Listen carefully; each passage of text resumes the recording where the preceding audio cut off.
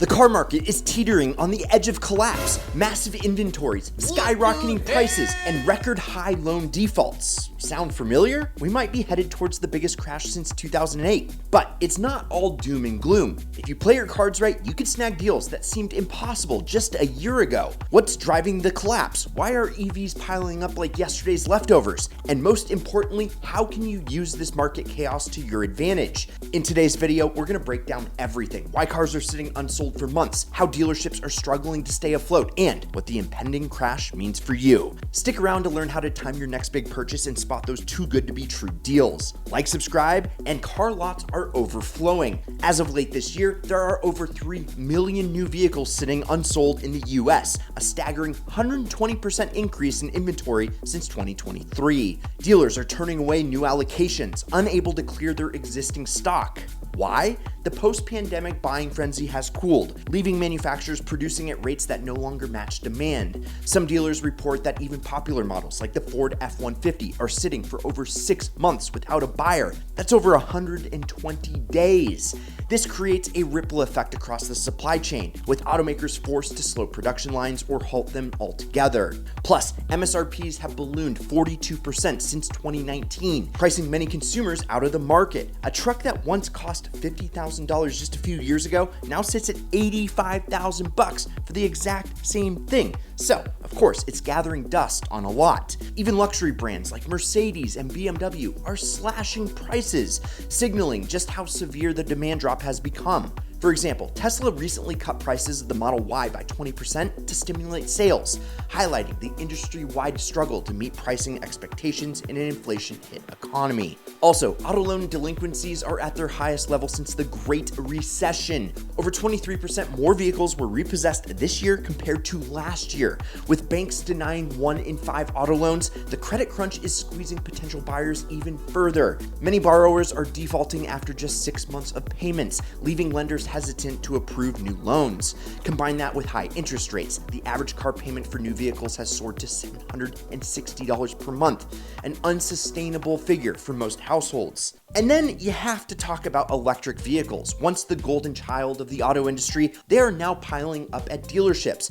Companies like Rivian and Lucid saw their market share nosedive this year, with Rivian losing 55% and Lucid dropping 48%. Even industry giants like Ford can't move EVs like the F-150 Lightning, despite slashing prices by $20,000 and offering 0% financing.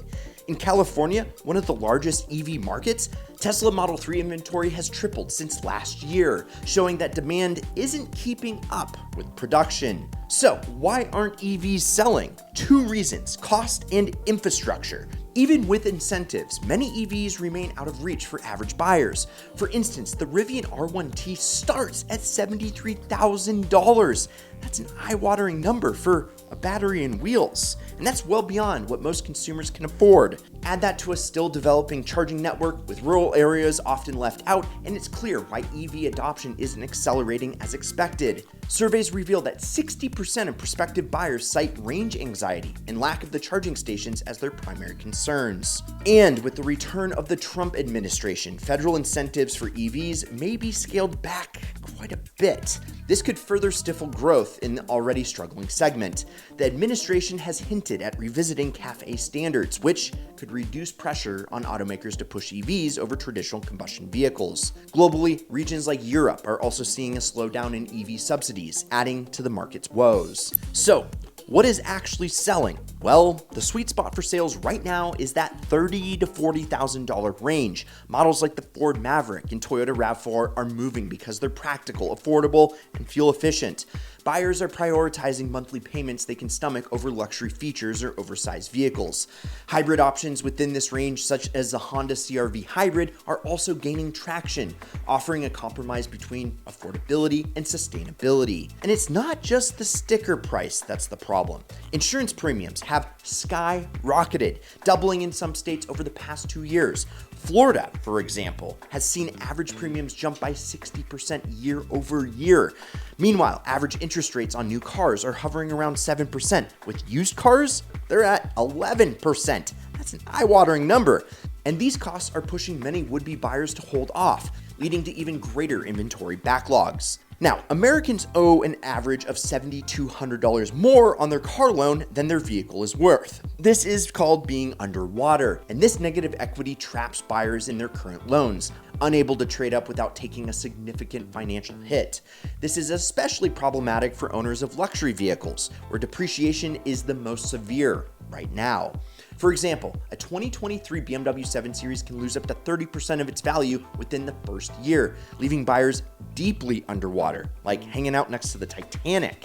And the oversupply problem isn't just hurting dealerships. Automakers are cutting production and laying off workers. Volkswagen plans to lay off 35,000 employees by 2030, and Nissan is cutting 9,000 jobs globally in 2025 alone. Even in Detroit, where the automotive industry is king, unemployment rates are climbing. The United Auto Workers Union has reported that job losses in Michigan automotive sector are at the highest level since 2010. And this isn't just a US problem, it is global. European manufacturers are grappling with stricter emission regulations and higher energy costs, forcing factory closures and massive layoffs. Meanwhile, Chinese automakers are undercutting global competitors with cheaper EVs, intensifying the pressure. In Germany, major automakers like BMW and the Mercedes-Benz are scaling back EV production plans, citing declining profitability and increased competition from brands like BYD and NIO. So, gone are the days of outrageous dealer markups. Banks simply won't finance loans that exceed MSRP, where a couple years ago when we bought our Bronco Raptor, we got a loan for 130% of the MSRP of the vehicle. And ask me how that's working out for me. So, consumers are no longer willing to overpay. Dealerships are now slashing prices, even on once popular models like the Jeep Wrangler and Ford Bronco. The average dealership now offers $4,000 to $7,000 in discounts to move inventory, with some even resorting to offering free maintenance packages as an additional incentive. And with more buyers shopping online, dealerships are adapting by offering virtual tours, home delivery, and streamlined digital purchasing processes. Online sales are projected to hit 7.3 million units in 2025, transforming the traditional dealership model. Platforms like Carvana and Vroom have also grown in popularity, forcing traditional dealerships to rethink their business strategies. For dealerships that fail to adapt, bankruptcy is a real possibility. Before closing their doors, many will offer 10 to 15% discounts below invoice just to clear house. This could be a golden opportunity for savvy buyers. Industry experts like me predict that up to 20% of smaller family-owned dealerships could shutter by the end of 2025, particularly in rural areas where demand is the lowest. So, you're going to want to wait for below invoice discounts. They are coming, especially when 2025 models flood the market. Focus on practical, affordable vehicles like the $30,000 to $40,000 range vehicles like the RAV4, CR-V, and even the Maverick. Keep an eye on incentives like 0% financing or bundling maintenance packages, which can significantly reduce overall costs. And if you're trading in a vehicle, act real fast. Wholesale values have dropped 18% in the last quarter, and this trend will likely continue. Research online tools like Kelley Blue Book or Edmunds to get an accurate estimate of your car's value before heading to the dealership. And you're gonna wanna improve your credit score to secure better financing terms and save a larger down payment to reduce monthly costs. Consider pre-approval for loans to gain leverage during negotiations. I love going to my local credit union and getting pre-approved. They don't run a credit check, so it doesn't hurt your credit, but that's what I like to do because now you are pre-approved and you can go buy that vehicle today, which dealerships love to hear. And while we're unlikely to see dramatic 50% price cuts, expect steady discounts as dealerships scramble to clear inventory.